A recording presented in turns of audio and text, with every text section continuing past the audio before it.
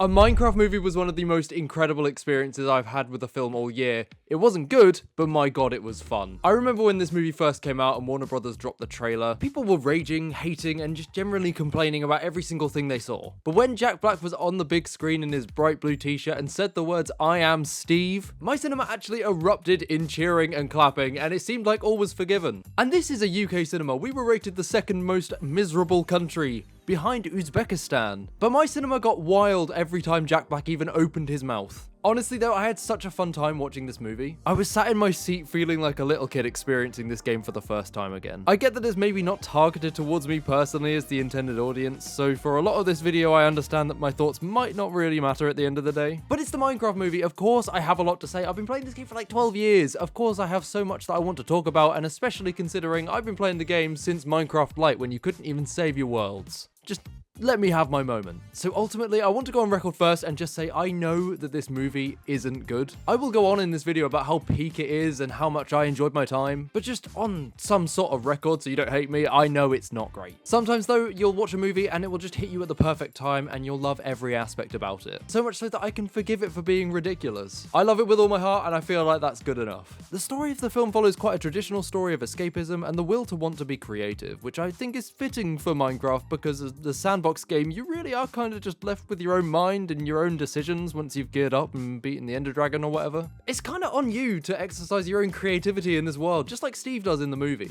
And when we get to see the Minecraft world they've created for the film, we genuinely get such awesome visuals. Like the scenery and the environments, they look bloody brilliant. From my analytical point of view, this is the best thing about the movie. Obviously, it's a little jarring when the humans start popping up via green screen and it's really rough as well. But at the very least, they play off this a little bit in the actual film with the main villain Lady Malgosha referring to them as the Roundlings. I mean, that's quite a cute name, I think. I feel like maybe we've just seen so much trailer footage of these guys in the Minecraft environment now that maybe we're just a little bit used to how things are. The story itself kind of primarily followed Henry and Natalie. They moved to a new town where they meet up with Garrett and Dawn, played by Jason Momoa and Danielle Brooks respectively, before they are magically transported to the overworld, a place which Steve discovered and for some reason never left. We get to see things like the group surviving their first night, connecting up with Steve, fighting mobs. It's so awesome. By the way, were my eyes deceiving me, or did we literally watch a zombie maul the pink sheep to death? I had no idea they were going to go that graphic with the Minecraft story, but I liked it. More please. As I kind of highlighted before, you can't really go more than a couple minutes through this film without hearing one of Jack Black's infamous lines of emphasis. It really did just make for an electric viewing, especially as you could almost predict what line was coming up just before it was actually said. I don't think I've ever gone to the cinema with an audience so readily able to quote every line that's about to happen. I wouldn't be surprised if this completely elevated the entire movie for me, and I wonder if it will be able to hold up if I rewatch the film in quite such a hilarious way as when I watched it in the cinema.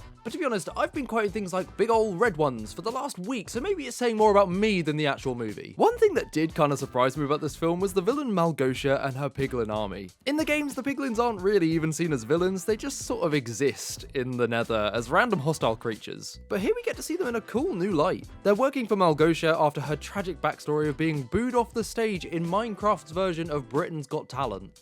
Yeah, and they seem to be much more intimidating in my opinion. Some film bros are actually going to get chest pains with what I'm about to say, but I could not stop myself comparing them to the orcs from Lord of the Rings. You know, you had like the Sauron type leader controlling all of the little minions. And I thought it was at least more refreshing than going for the Wither or the Ender Dragon as the main sort of villain like most people were probably expecting. There was of course a lot of tributes and references to the games too. Early on in the film we get cameos from the YouTubers DanTDM, Mumbo Jumbo, LD Shadow Lady and Afma. I also kind of like to imagine there's a version out there where these guys are literally the four that are sucked into the world with Steve. I don't know, maybe that should happen. Jens was also in there, and most people probably don't know who that is, but he's the guy who helps develop Minecraft now, so that's kind of another cool nod. And then of course I'm sad it got leaked for me beforehand, but we got the pig with a crown moment referencing Technoblade. Something about hearing Jack Black called Technoblade a legend made me very happy, and it's just a very touching tribute that I'm glad they included. It turns out Sebastian Hansen, the guy who actually played Henry Henry in the film actually suggested to include it, so that's really cool. Sadly though, beyond these cameos lies a story which I don't feel like was quite there. Especially those moments where we weren't hit with a dopamine rush from Jack Black's quotes. I think the section where the group are split up and have to make their way to the Woodland Mansion is a little sluggish. It just seemed like a lot of the time they were trying to cram in as many references and features of the game as they could into the movie. Like they were trying to fit in gameplay mechanics such as mining diamonds, riding a minecart, a lytra line, which is cool,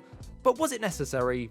I'm not too sure. But speaking on gameplay mechanics, at least in the movie, they found a purpose for the Woodland Mansion, with it housing the exact item they need to get back. I kind of wish Mojang looked at this and decided to actually do something with it in the games, because it's basically one of the most completely useless buildings they've ever implemented. Seriously, there is nothing to do in those buildings, apart from get a little bit of loot and then just die to a pillager. When the group were in the Woodland Mansion though, we did get a very quick but awesome hint towards Herobrine. This surprised me because I didn't think Mojang would ever think to include something like this. But if they're okay with a zombie eating a sheep alive, then I guess this works too. Maybe it's a tease of things to come in the future, who knows, but it was a very cool Easter egg. As for the performances though, I really like Jason Momoa. I'd argue out of the main cast, he was probably the strongest. His character Garrett is an old school Game of the Year winner from the 80s. He's automatically deemed himself the leader of this group, and he has some very amusing moments throughout. I feel like it might be similar to his role in Fast X, where he just has a little bit more creative freedom to do what he wants. But at least it seems like he was having fun with the character, and especially when he was playing off Jack Black, their chemistry really worked for me. Then you've got Henry and Natalie, played by Sebastian Hansen and Emma Myers. They definitely provided a bit more of a grounded look into the story, but honestly, they didn't do a whole lot, and they were sadly overshadowed quite a bit. Danielle Brooks, who I only really know from Peacemaker, was fine, nothing too crazy from her, but I think she did okay. And between these five, it was a really weird mix of them all trying to kind of fight for screen time, I felt like. I don't know, one second you're sort of with Natalie fighting zombies, then the next you're watching Steve Waterbucket clutch. It's just a little bit messy, and I don't really know if they knew who they wanted to go to next. Jack Black though is of course Jack Black. He's everything you would ever expect. Say what you want, but the guy kind of single-handedly drove people to watch this movie whether you like it or not. The surprise of the film though goes to Jennifer Coolidge. My god, she is incredible. What a performance from her. We all saw the scene where she hit the villager with the car, but little did we know it would turn into a full-on romance side story. I was genuinely in hysterics every time she popped up on screen, and it was personally some of my favorite parts of the whole film. That mid-credit scene with them was also gold, by the way. I can't wait to see if that develops into anything more. I thought she was going to appear with a kid,